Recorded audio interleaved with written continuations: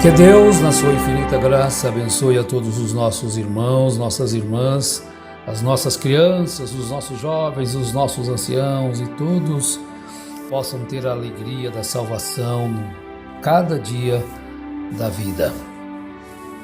Quero tomar aqui nesta ocasião, meus amados irmãos, a primeira carta de Paulo aos Coríntios, capítulo 6, o verso 12, no qual o apóstolo diz o seguinte: todas as coisas me são lícitas, mas nem todas convêm. A conveniência. É muito fácil, às vezes, de agir-se pela conveniência, né? Esse é o uso muito comum no mundo político e também se tornou muito comum no mundo religioso, desde que os religiosos também se tornaram políticos, né? E a história mostra que essa união entre a política e a religião sempre trouxe muito ódio. O ódio cresce, porque às vezes as pessoas pensam, mas são todos evangélicos, mas a história mostra que os maiores ódios foram os religiosos, né? Eles são terríveis. Questão da religião, a política. E às vezes se forma-se um tripé, né? Religião, política, futebol. Essas três coisas, chego a dizer, toda vez que vai falar sobre isso, há contendas. Agora, Paulo escrevendo diz, todas as coisas me são lícitas, mas nem todas convêm. Todas as coisas me são lícitas, mas eu não me deixarei dominar por nenhuma delas.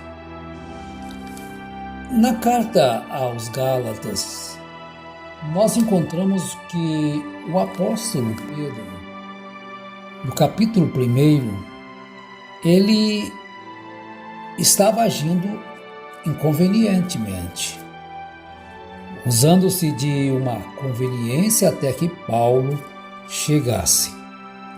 Então, nós meditando sobre isso, nós descobrimos que quando alguém diz que a igreja escolheu Matias, mas o Espírito Santo escolheu Paulo, é um engano, é uma afirmação errada. Não é correto biblicamente falando, porque o substituto de Judas teria que ter sido um apóstolo de Jesus vivo, alguém que acompanhou Jesus no seu ministério terreno. E ele, como ficou Matias, ele era um apóstolo para os judeus. O apóstolo para os gentios teria que vir depois. E como Paulo diz que ele foi escolhido desde o ventre da sua mãe, no capítulo 1, verso 15, ele diz: mas quando aprouve a Deus, que desde o ventre de minha mãe me separou e me chamou pela sua graça, revelar seu Filho em mim para que o pregasse entre os gentios, não consultei carne nem sangue, nem subi a Jerusalém para estar com os que já antes de mim eram apóstolos, mas parti para a Arábia e voltei outra vez a Damasco. O seu ministério não tinha nada a ver com a questão da circuncisão. Vejam bem isto no capítulo 2, vamos ler o verso 6. E quanto àqueles que parecia ser alguma coisa, quais tenham sido no outro tempo, não importa, Deus não aceita a aparência do homem. Esses, digo, que pareciam ser alguma coisa, nada me comunicaram. Pelo contrário, viram que o evangelho da incircuncisão me fora confiado como a Pedro, e da circuncisão confiado a Pedro. Pois Deus, que operou eficazmente em Pedro para o apostolado da circuncisão, operou também em mim com eficácia para com os gentios. E nós vamos descobrir algo que Pedro teve que ser repreendido, chamado a atenção por Paulo. Porque Pedro estava usando algo que não convinha fazer aquilo. Era inconveniente. Ele estava dando uma de gentio sendo judeu. Vamos ler? Vamos começando aqui no verso 11 do 2º capítulo de Gálatas. E chegando Pedro a Antioquia, resistiu-lhe na cara, porque era repreensível. Era lícito ele comer com os gentios?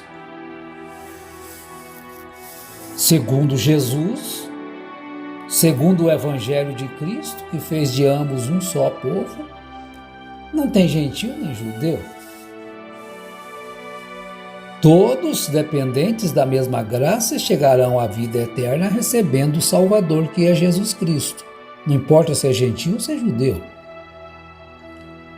Agora o verso 12. Porque antes que alguns tivessem chegado da parte de Tiago, ele comia com os gentios. Então ele comia com os gentios, conversava livremente, estava muito bem.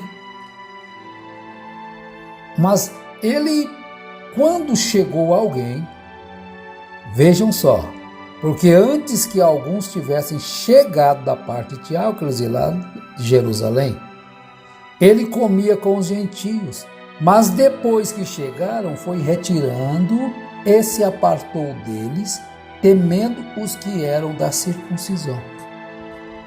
Ele estava usando um meio, ele foi escapando, não era agora conveniente a ele estar com os gentios, porque aquilo não ia ser bem visto pelos demais irmãos que chegaram de Jerusalém.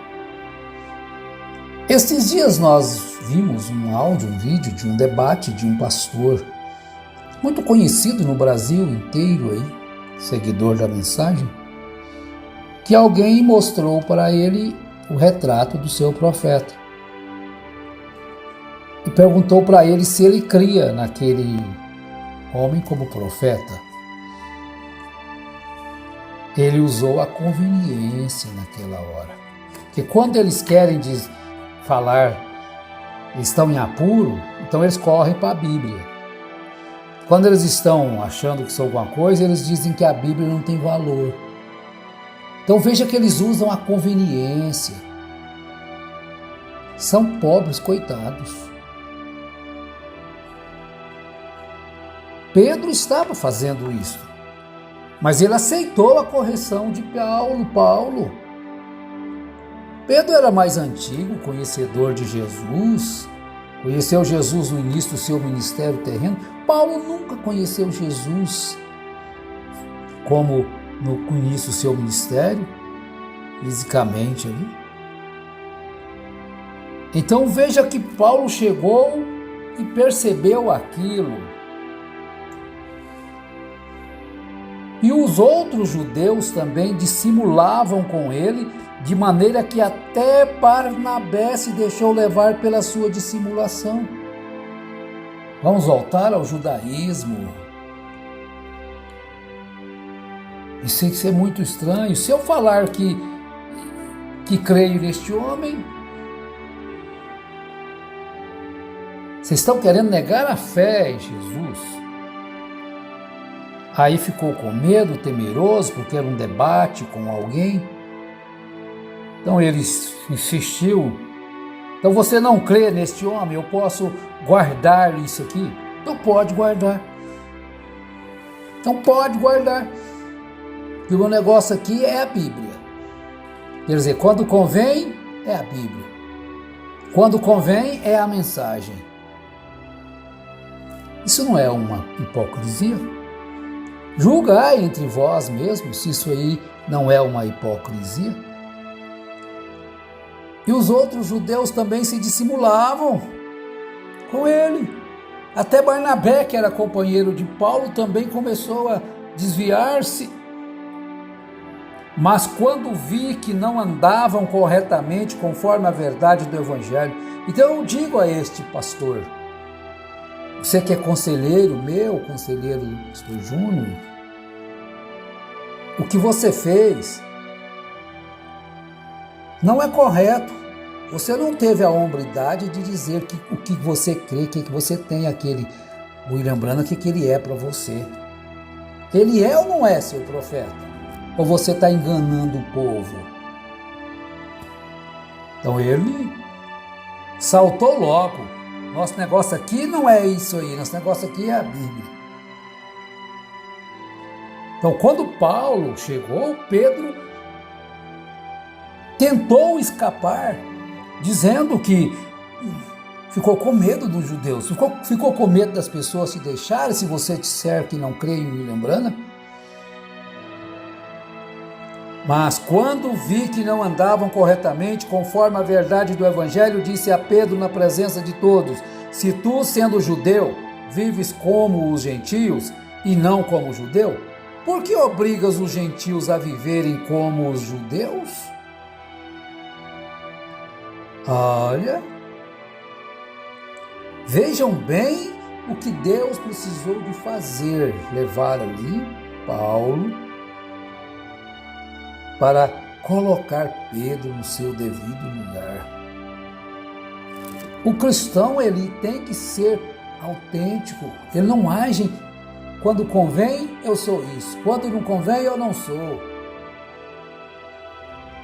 Quando chega alguém que é muito importante, é um debate, então eu nego isso. Quando eu estiver só com os meus, eu declaro que confio. Isso é falta de caráter. Agora, nós que somos judeus por natureza e não pecadores entre os gentios, sabemos que o homem não é justificado pelas obras da lei, mas pela fé em Jesus Cristo. Também temos crido em Jesus Cristo para sermos justificados pela fé em Cristo e não pelas obras da lei, porque pelas obras da lei ninguém será justificado. A lei serviu para eles como aio, mas quando chegou o cumprimento real daquela lei que é Cristo, agora, o que nós devemos viver? Passamos um tempo enganados, sim, mas agora nós conhecemos aquilo que é verdade. Então não convém ao cristão agir apenas por conveniência, mas agir com autenticidade. Eu estou aqui, eu sou uma pessoa. Quando eu estiver indo para casa, eu sou outra. Quando eu estiver na igreja, eu sou outra. Agir de acordo com o ambiente, o meio ambiente. O cristão é fruto da fé. A cristandade vive segundo a fé de Cristo. Mas muitos querem fingir que têm a fé cristã. Ele é um cristão, mas quando chega o momento realmente de ver se é ou se não é, então ele usa a conveniência natural do homem natural, da mulher natural. Então que Deus faça de nós uma cristandade fiel, real, autêntica, vivendo no reino, do reino de Deus. Quando o reino de Deus chegar, vai sendo conveniente, você nunca entrará nele, o reino de Deus está entre nós. Nós estamos vivendo este reino. Você já desfruta desta segurança, desta paz, dessa justiça, deste gozo, desta confiança. Você não precisa de coisas que não convêm, embora parecendo ser lícitas, mas você age somente pela fé e não pela conveniência.